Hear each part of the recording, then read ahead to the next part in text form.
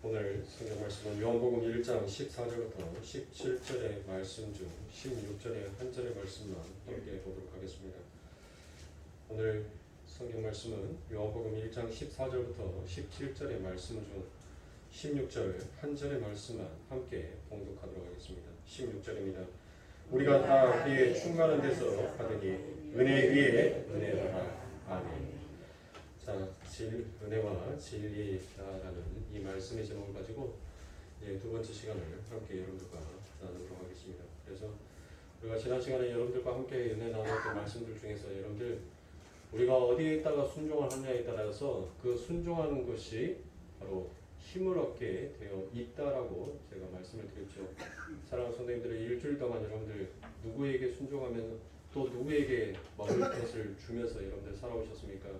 죄에게 여러분들이 먹을 것을 주면서 죄와 사망의 법에 갇혀서 여러분들이 사셨습니까? 아니면 하나님 앞에 순종의 양식을 드림으로 인하여서 여러분들이 생명의 성령의 법 안에서 늘 거듭나고 깨어난 자의 삶을 사셨습니까?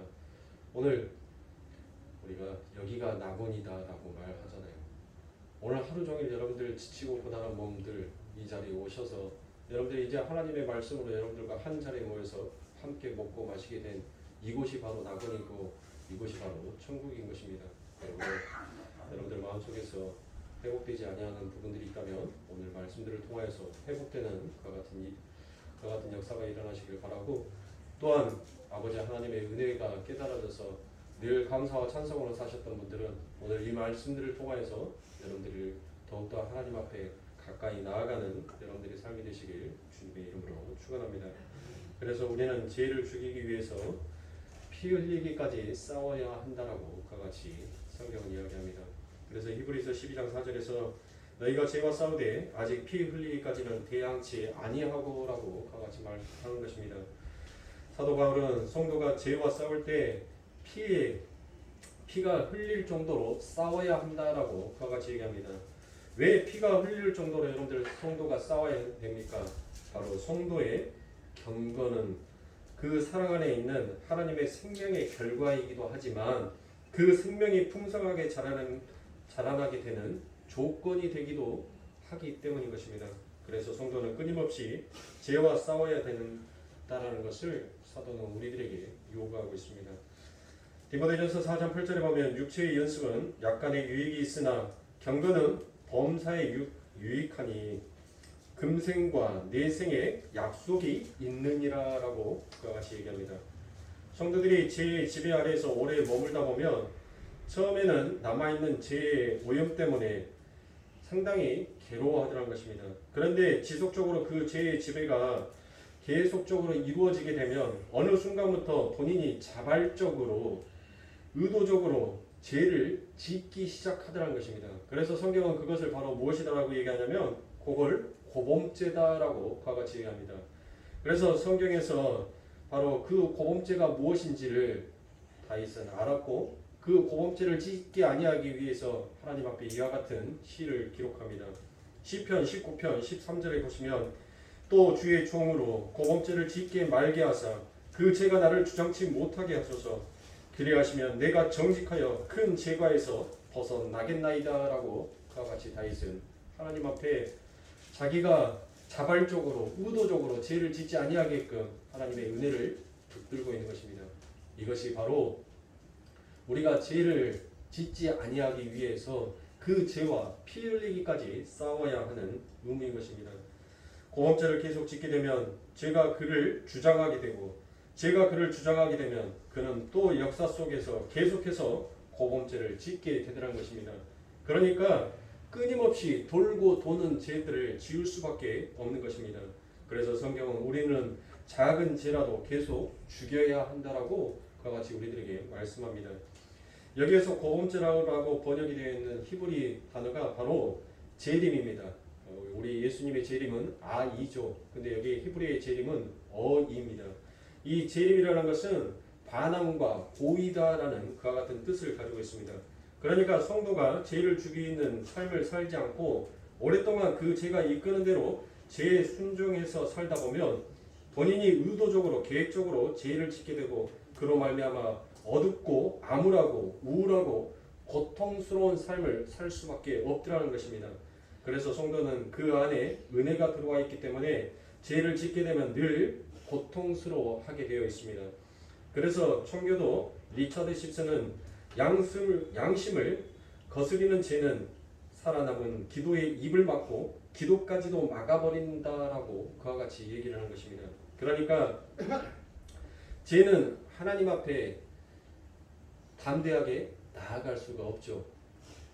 죄를 지으면 여러분들 우리가 죄를 짓고 경찰관을 만나게 되면 무엇합니까? 여러분들 마음속에 뜨끔할 거 아닙니까? 그렇죠. 내가 죄를 짓지 아니했었을 때는 담담하지 않았습니까? 경찰차가 지나가든 경찰관이 지나가든 전혀 여러분들의 마음이 미동할 것이 없단 말이에요. 그런데 죄를 짓게 되면 여러분들 경찰을 만나든지 경찰서에 자기 스스로 갈 수가 없어요. 그렇잖아요. 세상의 법을 어겨서도 세상의 법을 어긴 자들도 이와 같이 그 법을 집행하는 자에게 쉽게 다가설 수 없는 것처럼 여러분들 우리 하나님의 백성들은 이 영적인 상태를 가지고 있는 자들은 여러분들 더욱더 그러하더란 것이에요. 죄를 짓고 난 다음에 하나님 앞에 담대히 나아갈 수 있는 인생은 아무도 없습니다. 그러면 이 죄를 지은 것은 결국 하나님 앞에 나아가지 못하는 것이고 그 하나님 앞에 나아가지 못하는 것은 바로 그 영혼의 자유도 빼앗김을 우리는 알 수가 있는 것입니다. 그러면 이런 질문들이 여러분들에게 드실 겁니다. 밖으로 나오는 실행죄는 어떻게 해서든지 참아보겠는데 마음 속에 일어나는 죄는 어떻게 해야 하는가라는 그와 같은 질문이 드실 것입니다. 그래서 예수님은 그와 같은 질문을 하는 자들의 의도를 알고 무엇합니까? 실행죄와 마음에서 일어나는 죄를 동일한 것으로 이야기를 하셨습니다. 그렇다면 겉으로 나타나지 않는 그 마음속의 죄를 우리가 통제할 수 없다면 밖으로 실행되어 나가는 죄도 굳이 막을 필요가 없는 거 아니냐라는 그와 같은 마음이 들 것입니다. 언젠가 마음이 통제될 때 그때 실행죄도 그치게 되는 것 아닙니까? 라고 생각하실 것입니다. 꼭 지금 밖으로 나오는 출산되어지는 그 실행죄를 막아야 된다라는 것을 마태복음 5장 27절부터 28절에서는 우리 주님께서는 이와 같이 얘기합니다. 또 간음하지 말라 한다는 것을 너희가 들었으나 나는 너희에게 이르노니 여자를 보고 음욕을 품는 자마다 마음에 이미 간음하였느니라 라고 이와 같이 얘기합니다. 바로 하나님께서 우리에게 요구하시는 것은 거룩한 삶의 수준이 어떠한 것인지를 하나님께서는 지금 우리들에게 보여주고 있는 것입니다. 그래서 하나님의 백성들에게 예수 그리스도가 주어지는 것이며 예수 그리스도의 필요성과 십자가의 필요성을 설명시켜 주더라는 것입니다. 그러니까 단순히 죄라는 것은 여러분들 출산되어 버리는 죄와 출산되어 있지 아니하는 죄, 그 죄는 여러분들 전부 다 우리 예수님께서는 똑같다는 것이에요. 같다는 것이에요. 이렇게 마음속으로 음욕을 품고 있는 그 마저도 그것 역시도 죄가 되기 때문에 그런 죄를 가지고는 아버지 하나님의 나라를 살 수 없다라고 그와 같이 얘기를 한 것입니다. 그래서 마음의 음욕을 품는 것은 아직 출산되지 않는 심중의 죄고 실제로 간음을 하는 것은 이미 출산되어 있는 죄다라고 그와 같이 여기더라는 것입니다. 그러니까 둘 다 뭐예요? 바로 죄다라는 것입니다. 여러분들이 잘 아시는 것처럼 다윗이 밧세바를 포마했었을 때 그것은 무슨 죄였습니까? 간음죄죠. 간음죄. 출산된 죄란 말이에요. 출산되어 있는 죄. 예? 심중의 죄가 아니라 지금 예수님께서는 뭐래요? 밧세바가 아니 다윗이 나왔는데 밧세바가 목욕을 하고 있어요. 그래서 그 디테일을 보니까 아유 예쁘다 하고 마음을 먹고 출산을 하지 않아도 이미 그 마음으로 여자를 보고 음욕을 품은 것도 죄다라고 얘기를 하는 거예요. 그런데 여러분들 다윗을 보세요. 다윗이 밧세바를 범한 그러니까 출산한 죄를 짓고 난 다음에 그 출산의 죄의 결과가 어떻게 되었습니까? 아이까지 다 낳게 되었죠. 그 아이가 낳게 됨으로 인하여서 그 다윗이 여러분들 얼마나 큰 고통을 갖게끔 되어 있는지 여러분들은 이 성경의 말씀들을 보면서 너무나도 잘 알 것입니다. 다윗이 밧세바를 범하고 진실로 참여를 했음에도 불구하고 하나님의 거절함과 징벌은 너무나도 오랫동안 다윗을 늘 쫓아다녔습니다. 그리고 그 죄로 인하여서 다윗은 너무나도 오랫동안 그 삶 가운데 있어서 괴로워하더라는 것입니다. 그래서 성도는 출산되는 죄, 실행죄와 보험죄를 짓지 않도록 해야 된다라고 그와 같이 얘기합니다. 왜냐하면 그 죄로 인하여서 나에게 오는 상실감과 죄책감 이런 것들이 나의 영혼을 계속 죽여간다는 그와 같은 말인 것입니다. 그래서 나의 영혼에 계속 힘을 빼는 것입니다. 죄의 세력이 더 힘을 얻게 만들어주는 그와 같은 결과가 되는 것입니다. 그래서 우리는 밖으로 출산되는 그런 실행죄들을 늘 막아야 하는 것입니다. 마음속의 죄에 대한 욕구도 일어나지만 밖으로 그게 실행되어서 출산되어지지 않도록 늘 우리들은 우리의 마음을 다스려야 됩니다. 그걸 가지고 여러분들 위선이 무엇이냐면 내가 밖으로 내가 마음으로만 음욕을 품었어요. 저 여자를 보고 아름답다. 저 여자를 안아보고 싶다. 저 여자의 손을 잡고 싶다라는 그 마음의 음욕을 품었단 말이에요. 그런데 그 죄는 내 마음속에서 지은 죄이기 때문에 여러분들 누구에게 들켰어요? 들키지 않았어요? 들키지 아니하였죠. 그래서 나는 마음속으로만 죄를 지었지 나는 출산된 죄를 짓지 아니하였다라고 그래서 자기가 나는 깨끗한 자다라고 생각하면 여러분들 그것은 큰 오산인 거예요. 그게 바로 위선인 것입니다. 하나님의 나라에서는 전부 다 우리의 마음을 우리의 심령을 살피시는 하나님이시기 때문에 우리의 심령과 우리의 겉사람과 우리의 속사람이 거듭나서 여러분들 두 마음이 한 마음이 되게끔 우리들은 이 땅에서 늘 하나님께서 우리들을 훈련시키고 늘 연단하시는 이유가 그곳에 있는 것입니다. 그래서 저와 여러분들은 늘 마음과 우리의 겉사람과 우리의 훗사람이 여러분들 같을 수가 없어요. 늘 우리들은 우리의 마음속에서 죄로 가득한다. 우리는 결국 무엇을 놓지 못하고 살아요? 자존심을 놓지 못하고 산단 말이에요. 나에 대한 자존심을 지키기 위해서 여러분들 나에 대한 체면을 지키기 위해서 그런 것들을 내려놓지를 못하는 거예요. 그러니까 누군가가 보지 않냐는 곳에서는 여러분들 연실 죄를 짓는데 누군가가 나를 보고 있는 자리에서는 내가 굉장히 의로운 자처럼 깨끗한 자처럼 그렇게 살아가는 것이 그게 바로 위선이라는 것이에요. 하나님의 은혜와 진리가 무엇인지 깨닫는 하나님의 백성들은 여러분들 어느 곳에 어느 자리에 있든지 간에 늘 동일할 수밖에 없어요. 왜요? 누가 함께 하시기 때문에? 하나님이 우리와 함께 하시기 때문에 여러분들 내가 아는 사람이 있든 없든 간에 여러분들 우리들의 삶은 늘 동일할 수밖에 없는 자의 삶을 사는 것입니다. 우리 하나님이 나와 함께 있다는 것은 우리 하나님께서 늘 나를 지켜보고 계신다는 거잖아요. 나를 아는 자가 나를 계속 지켜보는데 그 아는 자가 나를 아는 자가 내 눈에 보이지 아니한다라고 우리가 이 세상을 막 살아갈 수 있습니까? 우리가 이 세상에서 막 죄를 지을 수가 있어요? 그럴 수 없다는 것입니다. 우리의 마음에 품은 죄 역시도 내 안에 누가 계세요? 우리를 성장 삼고 누가 계시냐고요? 예수님이 계시잖아요. 내 안에 예수님이 함께 계신단 말이에요. 그 예수님이 내 안에 계시는데 내가 마음속으로 지은 죄는 겉으로 드러나지 아니하고 누군가가 발견되지 아니하였다 해서 내가 의로운 자다라고 말할 수가 없더라는 것이에요. 그래서 하나님께서는 바리새인들과 서기관들에게 무엇이다라고 얘기합니까? 너희들은 두 마음을 품은 자다라고 얘기하는 거예요. 많은 군중 앞에서 많은 사람들이 보는 앞에서는 자기가 굉장히 의로운 자처럼 선생으로 랍비로서 여러분들 그의 명성과 그의 체면을 살려야 되기에 여러분들 못합니까? 구제를 한단 말이에요. 고아와 가부를 돌본단 말이에요. 그런데 그들이 여러분들 말씀에서 누군가 보지 아니하는 자가 있다면 여러분들 못해요. 그와 같은 행동을 하지 않다는 것이에요. 그 비유를 예수님께서는 무엇을 놓고 얘기합니까? 사마리아 사람을 놓고 얘기하지 않습니까? 이방인을 놓고 얘기하잖아요. 그 이방인이 연실 도둑에 의해서 연실 두들겨 맞았단 말이에요. 길거리에서 여러분들 거좀 죽을 만치 거좀 죽게 되었어요. 그런데 여러분들 율법을 지킨다는 자, 법을 안다는 자, 하나님의 이름을 부르는 자들이 결국 그 자들을 무엇하더라는 거예요? 그 자들을 부정한 자들라고 여기면서 지나가 버리더라는 것입니다.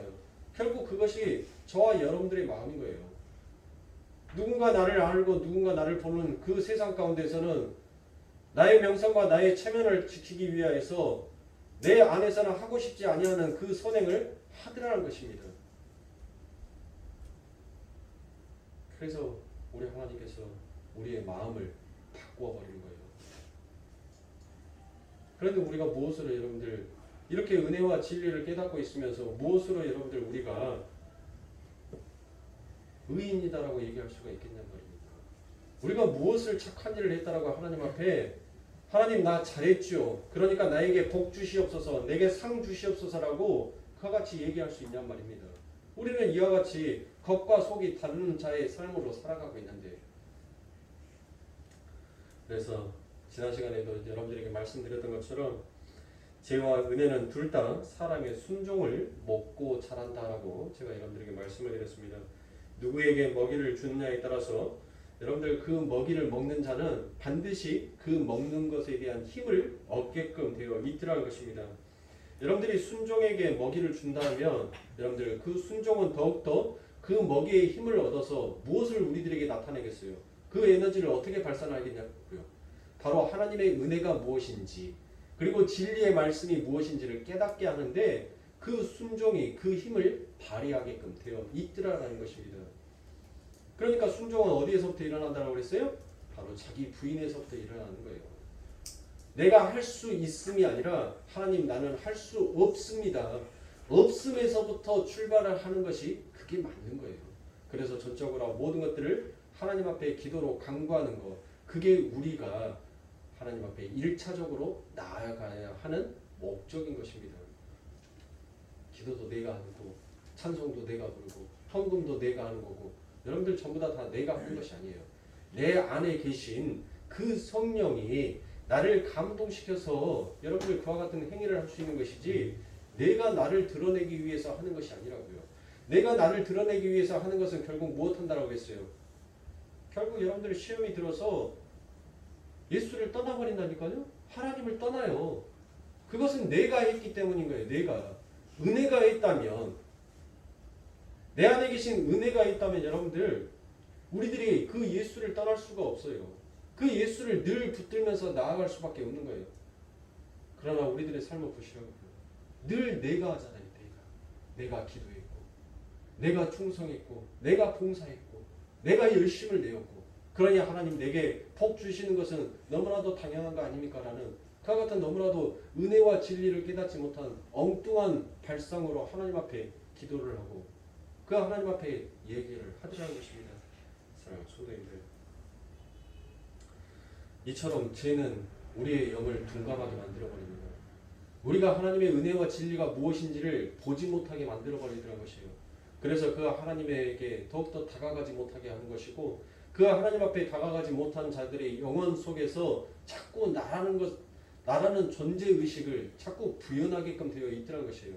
그러니까 어느 날 아버지 하나님의 백성들, 즉 우리들의 교회잖아요. 교회. 오늘날 교회들이 전부 다 뭐가 있어요? 예수는 사라지고 내가 남더라는 거예요. 내가. 우리를 성경에서는 우리를 교회라고 부르잖아요. 제가 오늘날 교회라고 얘기하는 것은 여러분들 예배당을 가리키는 것이 아니에요. 바로 우리를 가리킨 거예요.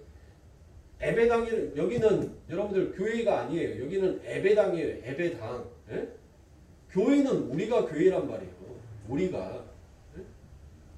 오늘날 교회에서 오늘날 우리에게서 여러분들 그 예수의 은혜는 빠져버리고 예수의 십자가는 온데간데 없이 지워져 버리고 나만 남아버리더라는 것이에요.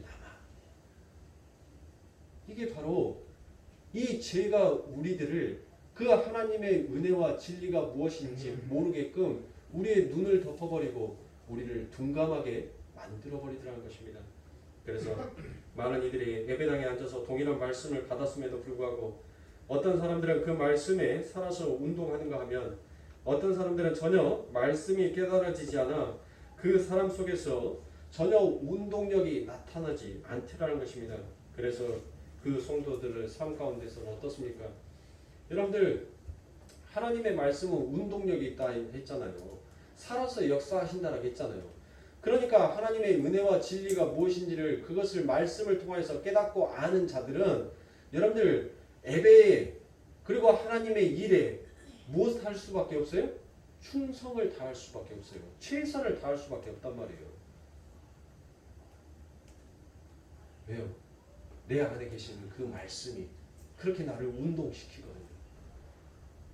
그러니까 내 안에서 말씀이 운동하여서 예배에 충성하고 그 아버지 하나님 앞에 찬양하고 그 하나님의 말씀을 탐구하고 묵상하고 하는 것은 지금 내 삶이 무엇에 있다는 거예요. 은혜의 삶 가운데 있다는 것입니다. 그런데 여러분들이 죄의 삶이 딱 들어오게 되면 뭐예요? 말씀이 더 이상 여러분들 귀에 들어오지가 않아요. 말씀이 깨달아지지 않습니다. 그러니까 교회에서 예배당에 와서 뭐 하는 거예요? 전부 다 엉뚱한 짓만 하고 가는 거예요. 그냥 하나님 앞에 출석 도장 찍고 가는 거예요. 하나님 나 출석했어요. 나 왔어요. 그러니까 일주일 동안 나 저주 내리지 말고 하나님께서 복 주신다라고 했으니까 복 주세요. 전부 다 그러고만 있는 거예요. 그러고만. 오늘날 교회가 그래놓고 입으로는 연실, 은혜다, 진리다, 예수다라고 부르짖으면서 오만 위선들은 다 떨고 가더란 거예요.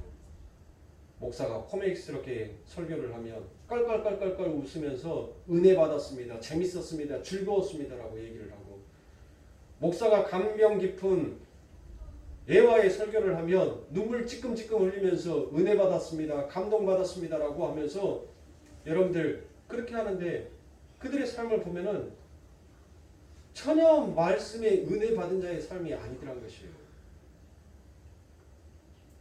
은혜와 진리가 무엇인지를 깨닫는 자는 여러분들 한순간 한순간에 그 하나님의 입에서 떨어지는 그 말씀이 얼마나 꿀송이처럼 달고 오묘한지 여러분들 그 한 말씀조차도 놓치지 않으려고 자기의 모든 심령, 영의 모든 촉각을 다 세워서 하나님의 말씀을 경청하게끔 되어 있어요. 그런데 죄가 딱 들어오고 그 은혜가 무엇인지를 깨닫지 못하면 여러분들 예배당에 와서 뭐예요? 핸드폰 만져요. 그리고 주보를 봅니다. 오늘 주보에서 오타가 몇 개 있는지. 그래서 동그라미 쳐서 제출해요. 부목사한테, 전도사한테. 주보에 오타가 너무 많다. 주보를 만들 때 좀 3번, 4번 살피고 주보를 해요. 아니 예배 시간에 주보에 오타 찾으려고 교회 왔어요?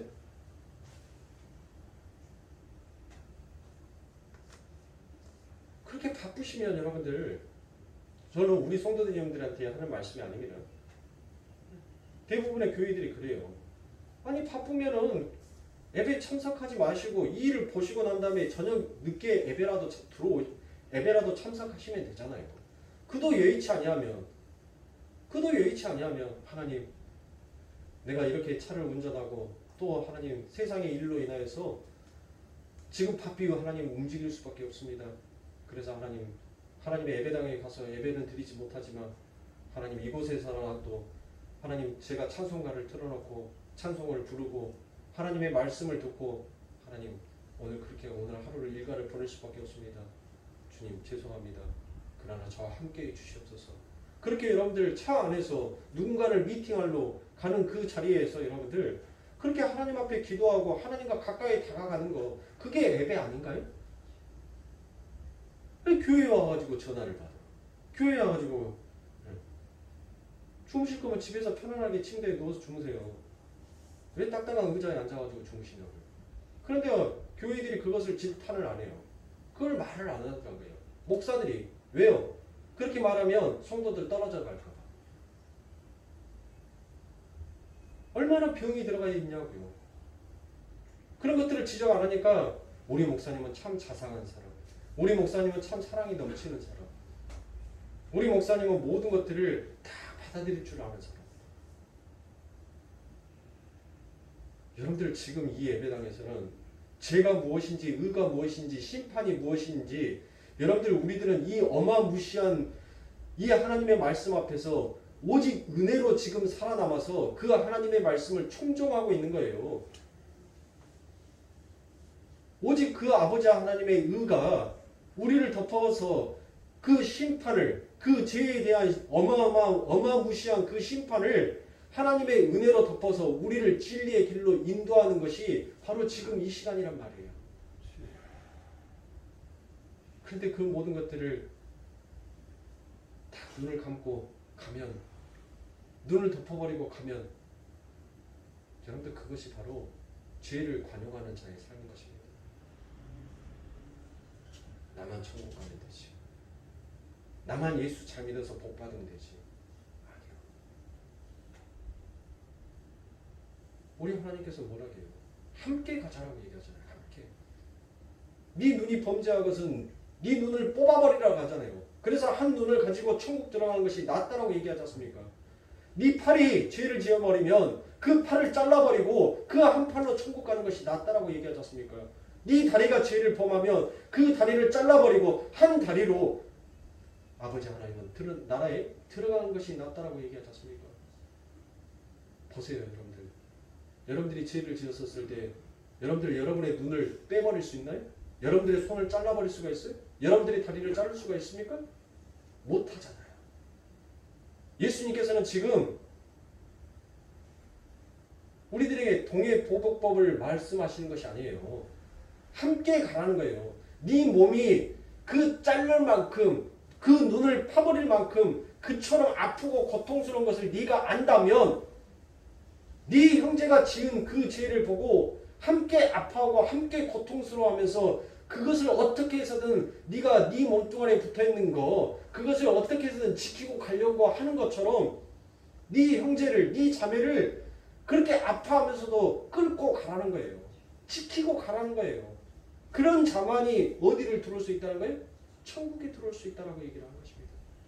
그런데 이 죄라는 녀석이 자꾸 못해요. 그런 거에 대해서 둔감하게 만든다는 거예요. 자꾸 멀어지게 만드는 거예요. 2000년 전에 예수 그리스도 내가 안 죽였는데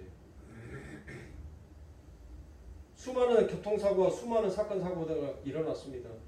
우리 아파트에 불 안 났으니까. 우리 아파트가 안 무너졌으니까. 내 가족이 안 죽었으니까. 늘 먼 산 불구경하듯이 우리들은 너무나도 아니라는 그와 같은 삶을 살던 것이에요. 내게 닥쳐오지 아니하였습니까? 그러니까 자꾸 뭘 하게 돼요. 하나님의 은혜를 쫓아가는 것보다 나의 안위와 나의 평안을 먼저 구하는 것이 바로 우리들한 것입니다.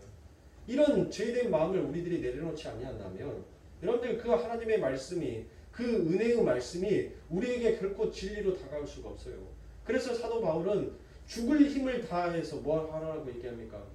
죽을 힘을 다해서 그 죄를 끊기 위해 너희들이 노력해야 한다고 얘기를 합니다. 저와 여러분들 한번 보시라고요. 우리가 이 세상의 쾌락과 이 세상의 즐거움을 통하여서 여러분들 어떻습니까?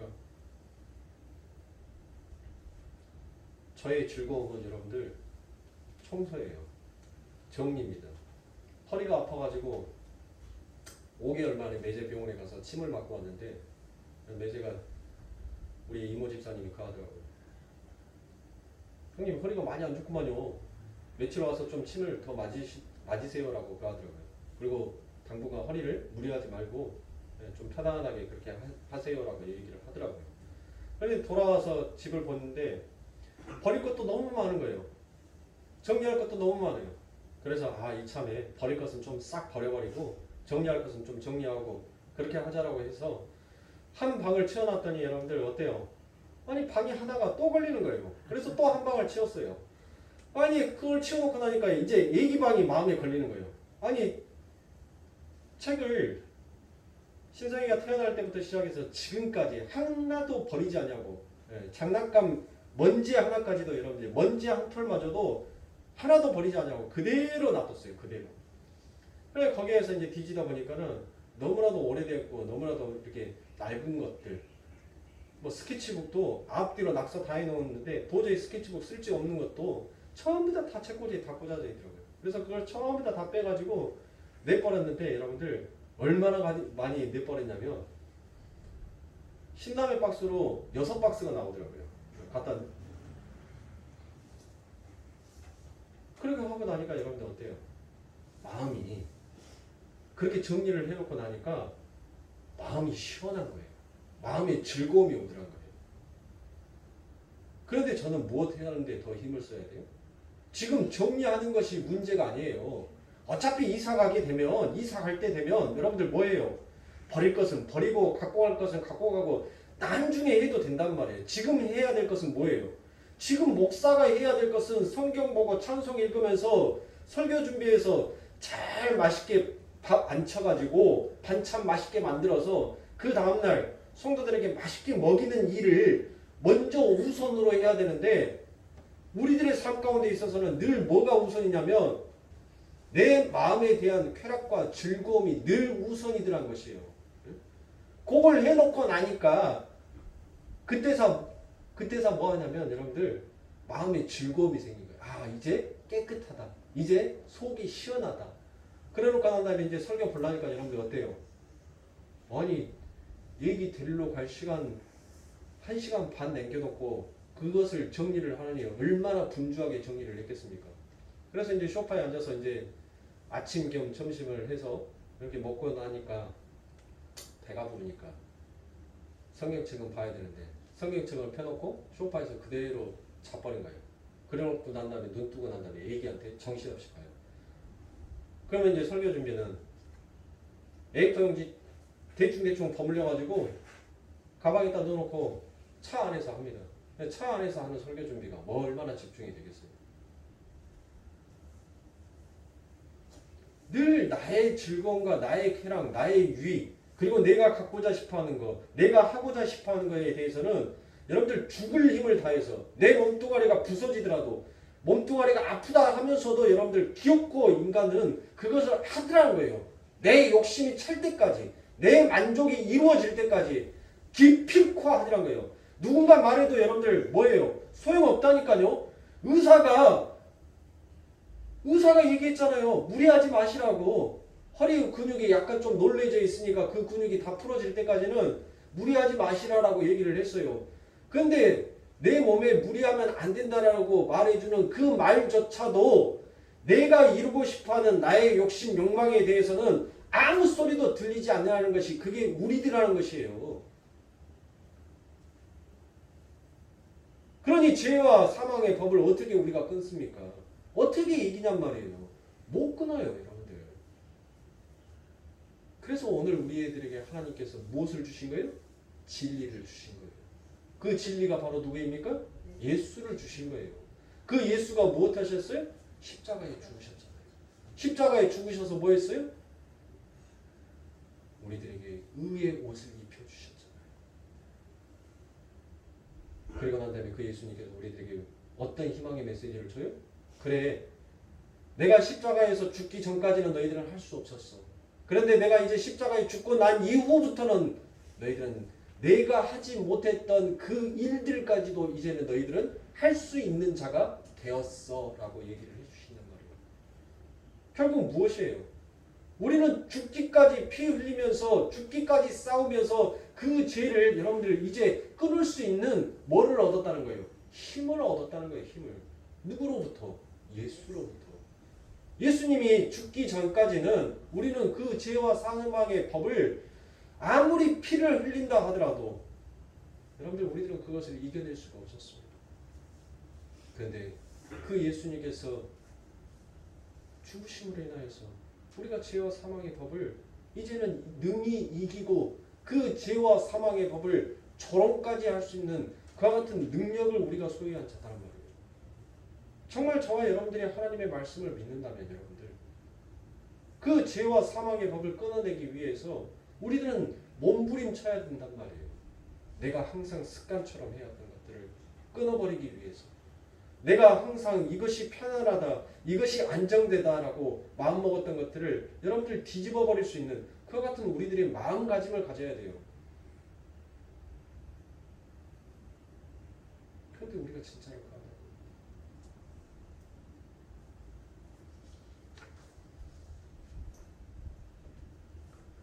이처럼 마귀는 우리들 삶 가운데 있어서 하나님의 은혜와 진리가 무엇인지를 깨닫지 못하도록 늘 그들은 아주 교묘하고 아주 강압적인 그 힘을 가지고 우리들에게 늘 다가와서 우리들을 그 아버지 하나님 앞에 다가서지 못하도록 우리들을 늘 흔들더라는 것입니다. 그래서 성도 안에 들어와 있는 그 은혜를 몰아내기 위하여서 마귀들이 주로 사용하는 무기가 무엇인가 보았더니 바로 속임과 강압이더라라는 것입니다. 먼저 이 속임에 대해서 한번 살펴보도록 하겠습니다. 제가 성도를 속이는 크게 세 가지의 방법이 있습니다. 그리고 이 세 가지의 방법을 통하여서 죄는 하나님의 성도들을 늘 그 은혜 가운데 멀어지게 하더라는 것입니다. 그 첫 번째가 죄는 그 죄가 갖고 있는 궁극적인 목표를 숨기고 있더라라는 것입니다. 죄의 궁극적인 계획은 죄를 출산함으로 인해서 성도의 영혼을 지배하고 확보하는 것이 그게 죄의 궁극적인 계획입니다. 그런데 그렇게 해서 여러분들 그들이 얻고자 싶어하는 것이 무엇이에요? 이 죄는 분명히 어떤 목표를 가지고 우리들에게 다가온단 말이에요. 어떤 목표를 가지고. 그 목표가 무엇이냐면 바로 하나밖에 없는 당신의 아들을 죽여서 그 피로 산 하나님의 백성들이 하나님의 마음을 아프게끔 만드는 것이 죄의 1차적인 목표인 것입니다. 그러니까 죄를 짓게 함으로 인하여서 무엇하는 겁니까? 그 죄를 짓게 함으로 인하여서 우리가 죄로 인하여서 죄를 지음으로 인하여서 우리가 즐거움과 쾌락을 느낀다면 그것으로 인하여서 우리 하나님은 아파하시더라는 것입니다. 그런데 이 죄라는 것이 우리를 어떻게 속이냐면 그 하나님이 아파한다라는 그 아픔을 전혀 감지하지 못하게끔 전혀 느끼지 못하게끔 우리를 둔하게 만들어 버리더라고요. 하나님이 이런 것으로 아프실까? 에이, 전지전능하시고 무소부재하신 하나님이 무슨 이런 것으로 하나님이 아파? 에이, 하나님은 이런 것으로는 미동도 안 하실 거예요. 이렇게 죄는 우리가 죄를 지음으로 인하여서 그 아버지의 마음이 자꾸 아프다라는 것을 착각하게 만들어 버리더라는 것이에요. 사랑하는 성도님들, 여러분들의 자녀들이 언제 여러분들 가장 마음을 아프게 하던가요? 그 자녀가 돈을 안 갖다 줘서? 그 자녀가 맛있는 음식을 안 갖다 줘서? 그 부모가 가장 싫어하는 것을 그 자녀가 했을 때 그때 부모는 가장 마음이 아파하는 거예요. 우리 하나님이 가장 싫어하는 것은 무엇이에요? 당신의 자녀가 죄를 짓는 것을 가장 싫어하시고 가장 아파하신단 말이에요. 그런데 이 마귀는 자꾸 우리를 속여요. 그러면서 거기에서 그치지 아니하는 이 마귀의 힘은 또 어디로까지 우리를 이끌고 가냐면 두 번째로 죄는 용서하시는 그 은혜의 원리를 자의적으로 적용해서 성도를 속이더라는 것입니다. 즉 이 말은 무엇이에요? 제가 여러분들에게 회개에 대해서 말씀을 드렸죠. 여러분들의 회개는 단순히 하나님 앞에 나와서 하나님 나 잘못했어요. 하나님 나 또 이러이러한 죄 지었어요. 하나님 용서해 주세요. 여러분들 그게 회개가 아니에요. 진짜 하나님 앞에 뭘 잘못했는지 여러분들 진짜 정확하게 명확하게 알긴 아세요?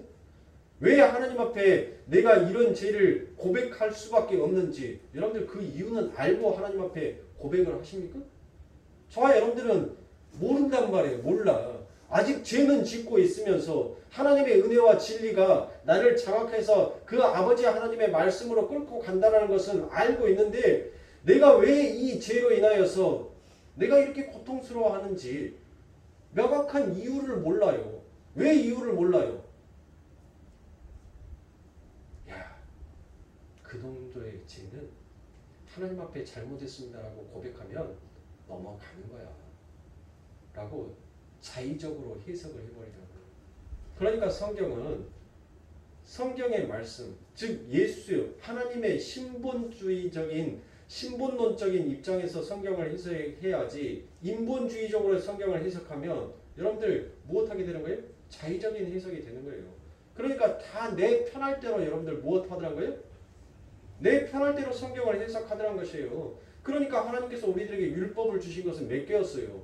10개밖에 아니잖아요. 근데 이 10개밖에 안 되는 이 율법을 인간이 자의적으로 그것을 풀어서 만들어 놓으니까 몇 가지가 돼요? 600가지가 넘는 그와 같은 법이 생겨버리더란 것입니다. 이처럼 죄를 지었음에도 불구하고 이 정도쯤이야. 하나님 앞에 가서 회개하면 되지. 여러분들 회개는 제가 무엇이다라고 했어요? 유턴이다라고 했죠. 내가 걸어가는 그 길이 잘못된 것을 깨닫고 알았다면 다시는 그 길을 걸어가지 않게끔 돌이키는 것, 그것이 바로 회개인 것이에요. 내가 그 죄를, 작년에 지은 죄를 올해 또 짓고 10년 전에 지었던 죄가 또 지금도 짓고, 예? 아니 저와 여러분들의 신앙생활이 안 맞잖아요. 예? 적어도 우리들이 신앙생활을 10년 20년을 했단 말이에요. 우리 신성인을 빼놓고는 전부 다 여러분들 어때요? 최소한 20, 30년의 신앙생활을 했어요. 30년 전의 내 모습이랑 지금 현재의 내 모습이랑 30년 전에 하나님 앞에 기도했던 그 기도나 지금 내가 신앙에 연륜이 있다라고 하는 나의 기도나 한번 보시라고요. 뭐가 바뀐 게 있냐고요. 뭐가. 도대체 우리가 뭘 회개를 하고 뭘 바꿨냐고요. 무엇을. 예? 그런데 왜 연시를 하나님 앞에 잘못했습니다 고백만 하면 그것으로 끝이다라고 생각을 하세요. 내가 잘못인 것을 알았다면 그 잘못된 길을 다시는 걷지 아니하게끔 우리의 발걸음을 돌이켜야 돼요. 최소한의 노력을 해야 된단 말이에요. 그 노력조차 하지 않냐고 입으로만 떠드는 것이 그게 위선이고 그게 가증인 것입니다.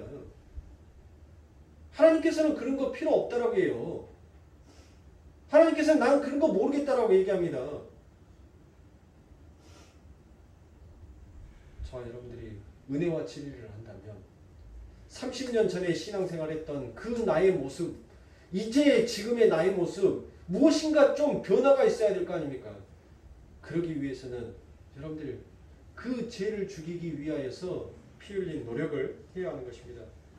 자, 세 번째로 죄를 범죄함으로 얻은 우리가 죄를 지음으로 얻는 즐거움에 대하여서 과대한 기대를 갖고 있더라라는 것입니다.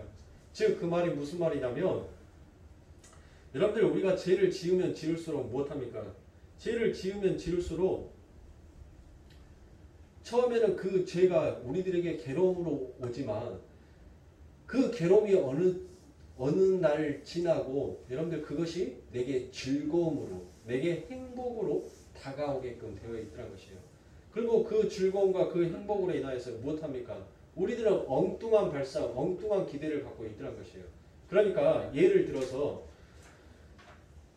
토요일마다 여러분들 로또 발표를 해요. 그렇죠? 그래서 어떻게 합니까? 월요일날 그래 월요일날 로또를 한 장을 샀어요.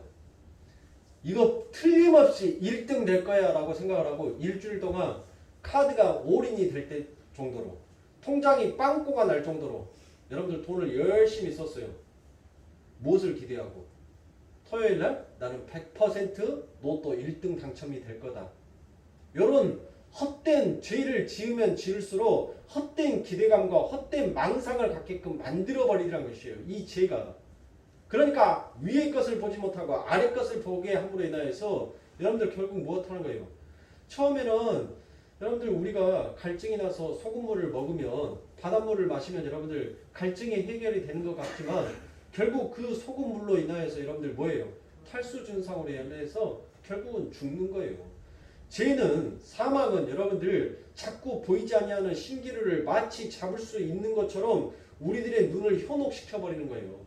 그래서 그 죄를 지으면서 자꾸 그 죄를 먹으면 먹을수록 우리의 몸에서 무엇이 일어나냐면 여러분들 나를 그 독소에 의해서 점점 잠식시켜 나를 결국에는 죄와 사망의 법으로 죽여버리더란 것입니다. 그러므로 사랑하는 성도님들 우리들은 이 죄를 늘 멀리할 수 있는 그와 같은 마음을 가지고 살아야 합니다. 두 번째로 제가 성도 안에서 지배력을 확보하기 위해서 쓰는 무기가 바로 강압이라는 것입니다. 이 강압은 바로 집착과 두려움으로 나타납니다. 집착이라는 것은 이 세상의 것에 대한 여러분들 끊임없는 욕망, 내려놓지 못하는 것들, 그것으로 여러분들 늘 집착하게 만들어요. 그러니까 그것 때문에 인하여서 못하게 되냐면 아버지 하나님의 일하심이 자꾸 그것으로 인하여서 틀어질 때가 더욱더 많게끔 만들어버리는 것입니다.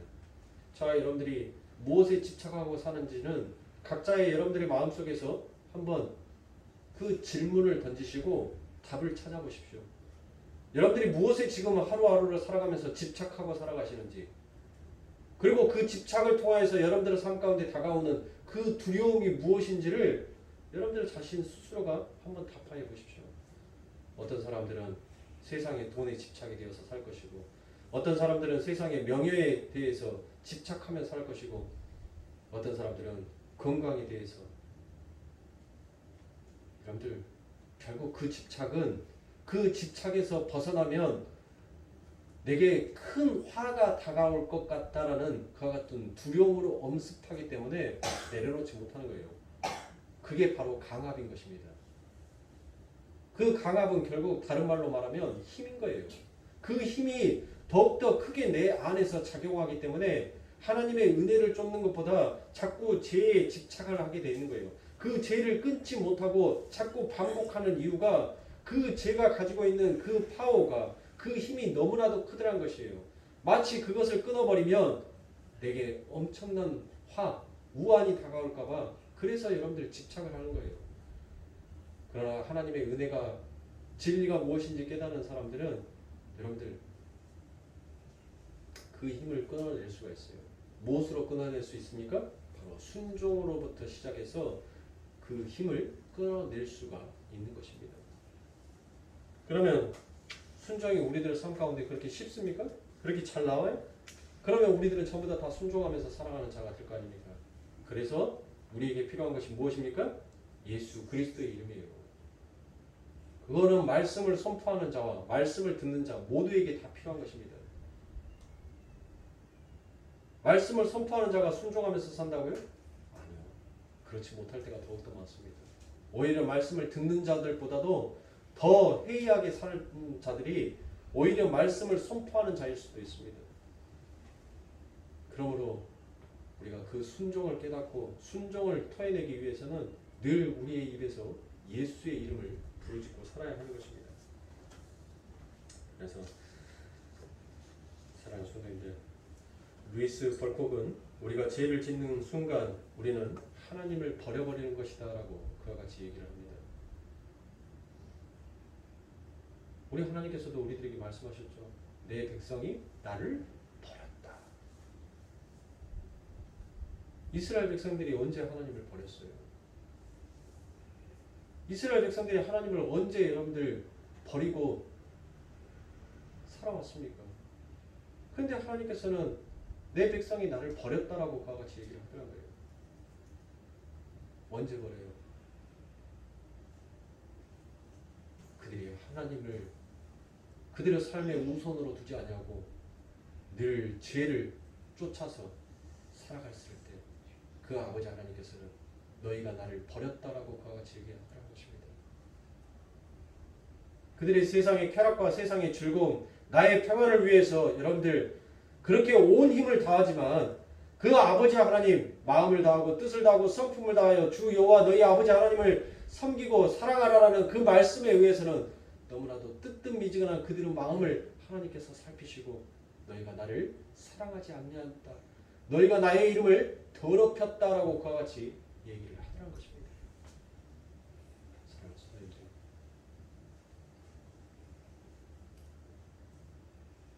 여러분들은 마음속에서 그리고 또 저의 마음속에서 이처럼 아버지 하나님의 은혜가 우리들의 삶을 잡고 계신다면 여러분들 늘 아버지 하나님의 말씀 앞에 바로 설 수 있어야 돼요. 그래야지 우리가 무엇을 이겨낼 수가 있어요? 속임을 이겨낼 수가 있어요. 그리고 그 속임뿐만이 아니라 그 속임을 통하여서 우리들을 힘으로 제압하려고 하는 그 강함마저도 이겨낼 수가 있는 것입니다. 우리에게는 무엇이 필요해요? 총명이 필요한 거예요. 그 총명을 어디에서 얻을 수가 있어요? 말씀에서 얻을 수가 있어요. 왜요? 말씀이 바로 예수 그리스도이니까. 그래서 저와 여러분들은 늘 말씀을 묵상하고 늘 말씀을 탐구하고 늘 말씀을 여러분들 연구하면서 그 말씀과 여러분들 삶이 동일한 삶이 되도록 늘 몸부림치셔야 돼요. 뭐 성부영신 예배처럼 여러분들 제비뽑기 하지 마시라고요. 네? 뭐 성경 하나님 오늘 어디 말씀 볼까요? 시편이네. 요거 하지 말란 말이에요. 요거. 네? 뭐 점괘네요? 타로 좀 봐요? 아니잖아요, 여러분들. 하나님의 말씀을 가지고 우리가 우상이 섬기는 그와 같은 짓을 하면 안 되잖아요. 네? 뭐 점괘 뽑아내냐고요. 대부분 사람들이 하나님 기도해요. 하나님 오늘은 성경에 어떤 말씀을 읽고 내가 그 말씀을 삼아서 여러분들 하루를 살아가면 될까요? 그 말씀의 힘으로 살아가면 될까요? 하나 둘 셋 짝. 누가복음. 여러분들 이거 하지 마시라고요. 시간이 안 되면 마태복음이면 마태복음, 창세기면 창세기 1절부터 한 절 하나님 창세기 1장 1절 저 오늘 이 한 절만 읽고 이 한 절 말씀 속에 담겨있는 이 아버지 하나님의 그 말씀이 내 삶 가운데 말씀이 되게 하여 주시옵소서라고 여러분들 그렇게 하시고 하시란 말이에요. 그렇게 걸어가셔요. 그 안에 하나님은 분명히 길이요 진리요 생명이신 그 예수가 이 안에 담겨져 있으니까 그 예수가 일하여 주셔요. 점괘 뽑듯이 하지 마세요. 그래서 우리 교회는 송구 영신 예배 때 뭐 안 해요? 말씀 안 뽑아요. 어떻게 그 말씀 한 구절만 1년 동안 여러분들의 길이 되고 진리가 되고 생명이 됩니까? 그러면 나머지 말씀들은 진리 아니에요? 생명 아닙니까? 타로 좀 뽑듯이 점괘 뽑듯이. 왜 송구 영신 예배만 되면은 전부 다 화촉장 뭐 보듯이 팔땡이네? 붓땡이다. 나는 가본데? 지금 다 그거 하고 계세요? 잠자리통에다가 여러분들 손 넣어가지고 나 갑오 뽑았어 갑오. 나 굿땡인데? 팔땡인데?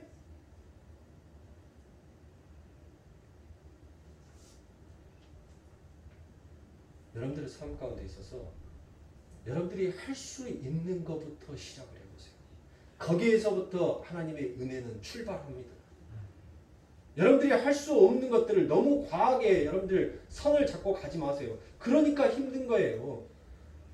하루에 한 절씩 하나님 내가 성경 이 66권 이거 일독하는데 하나님 내가 10년이 걸린다 하더라도 하나님 1년 365일 단 하루도 빠지지 않냐고 한 절, 두 절, 한 절, 두 절 시간이 나는 대로 하나님 이 말씀을 읽어 나갈 수 있도록 그와 같은 행위를 할 수 있도록 하나님 나의 마음에 나에게 그와 같은 의지력을 주시옵소서. 나를 그렇게 붙잡아 주세요. 그리고 여러분들 기도했으면 뭐 해야 돼요? 실천하시라고요. 창세기 1장 1절부터 시작해서 펴서 하나님 오늘은 내가 진짜 바빠요. 그래서 1절만 읽을게요. 하나님 오늘은 좀 시간적인 여유가 있네요.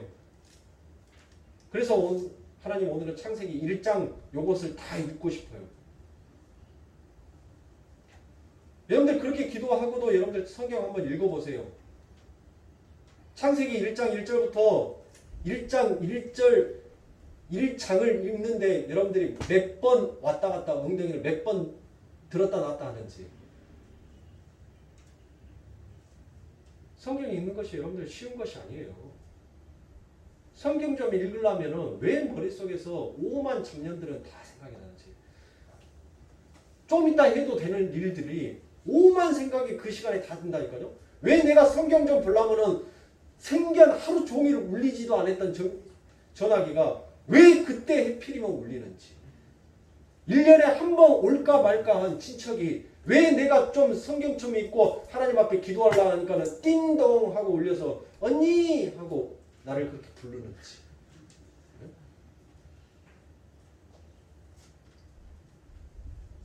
여러분들이 할 수 있는 데부터 시작하세요.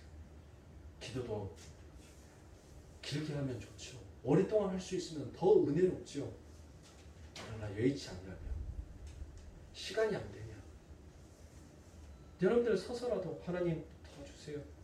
하나님 나 좀 붙잡아 주세요. 하나님 죄에게 넘어지지 않도록 하나님 나 좀 나와 함께 해주세요. 하나님의 의에 오신 나를 좀 덮어주세요. 그러면 내가 하나님 앞에 더욱더 가까이 나아갈 수 있을 것 같아요. 하나님 은혜 아니고서는 내가 어떻게 하나님 앞에 나아갈 수 있겠습니까? 여러분들 그렇게 짧게라도 기도하시고 난 다음에 여러분들 그렇게 가시라고요. 성경도 마찬가지입니다. 찬송도 마찬가지예요. 그래서 사무엘 볼턴이라는 사람은 순종하고자 하는 의지가 없는 것을 위키드니스, 바로 사악함이다라고 그와 같이 표현합니다. 왜 사무엘 볼턴이 이와 같이 여러분들 순종하고자 하는 의지가 없는 것을 사악함이다라고까지 이와 같이 표현을 할까요? 바로 그것은 순종하고자 하는 힘이 없는 것보다 순종하고자 하는 의지가 없는 것이 더욱 악하다라고 그는 보았기 때문인 것입니다. 순종은 여러분들 어느 순간 한순간에 만들어지는 것이 아니에요. 여러분들의 삶 가운데 내가 할 수 있는 것부터 하나씩 천천히 더디 가더라도 여러분들 천천히 그렇게 실천하셨을 때 여러분들 어느 순간 내 안에서 그 성령이 그 아버지 하나님 앞에 순종하였었을 때 내 조상이 먹지 못했던 그 하늘의 떡의 맛이 어떤 것인지를 깨닫게 하는 그 순간이 와요. 예? 여러분들 만화에 보면 요리왕 비룡이 있죠? 예. 요리왕 비룡이 음식을 막 만들어요. 그래가지고 그 음식을 딱 먹는데 그 음식을 평가하는 사람들이 그 음식을 딱 먹어요. 먹을 때 여러분들 뭐가 번쩍해요? 번개가 번쩍하면서 그가 막 꽃잎이 날아다니는 그 하늘을 막 날아다녀요. 네? 그 맛의 표현을 그렇게 요리왕 비룡이 해요. 저와 여러분들의 하나님의 은혜가 무엇인지 그 하늘의 맛을 딱 보는 순간 여러분들 그 맛을 다시 깨닫기 위해서 여러분들 절대 여러분들의 삶을 다시 그 길로 돌아가지 않아요. 돌아갈 수도 없지만 먹어본 자가 맛을 압니다. 고기도 씹어본 자가 잘 먹듯이 은혜의 맛을 봐보세요. 그 은혜의 맛은 한순간에 여러분들에게 주어지지 않아요. 말씀을 마치도록 하겠습니다. 사랑하는 성도님들, 진리이신 예수 그리스도의 복음을 묵상하고 연구하면서 여러분들 삶 가운데 늘 작은 순종으로 실천을 해나가십시오. 그게 죄가 여러분들을 속이고 강압하려고 하는 그 강압에서 벗어날 수 있는 그와 같은 길이 되는 것입니다. 그럼 다음 시간에 이제 죄의 지배 아래 있는 성도에게서 나타나는 징후들이 어떤 것들이 있는지를 여러분들과 함께 나누고 이제 마지막 시간에 은혜와 진리가 무엇인지에 대해서 여러분들에게 그 매듭을 짓고 오늘 마치도록 하겠습니다. 오늘 말씀의 요지는 여러분들 다 잊어버리셔도 좋습니다. 설교의 시작부터 끝까지 뭔 설교를 했는지 여러분들 다 잊어버려도 좋아요. 딱 한 가지만 잊지 마세요. 내가 할 수 있는 것부터 시작해보자. 내가 할 수 있는 것부터 하나님 앞에 가까이 다가가보자. 이것만 여러분들 잊지 마시고 다시 만나는 그 시간까지 한번 실천해서 여러분들 그 마귀의 속임과 그 마귀의 강압에서 잘 싸우시고 여러분들 능히 승리의 승종거를 부르는 그와 같은 여러분들의 삶이 되시길, 승리자의 삶을 살아가시길 주님의 이름으로 축원합니다. 기도하겠습니다.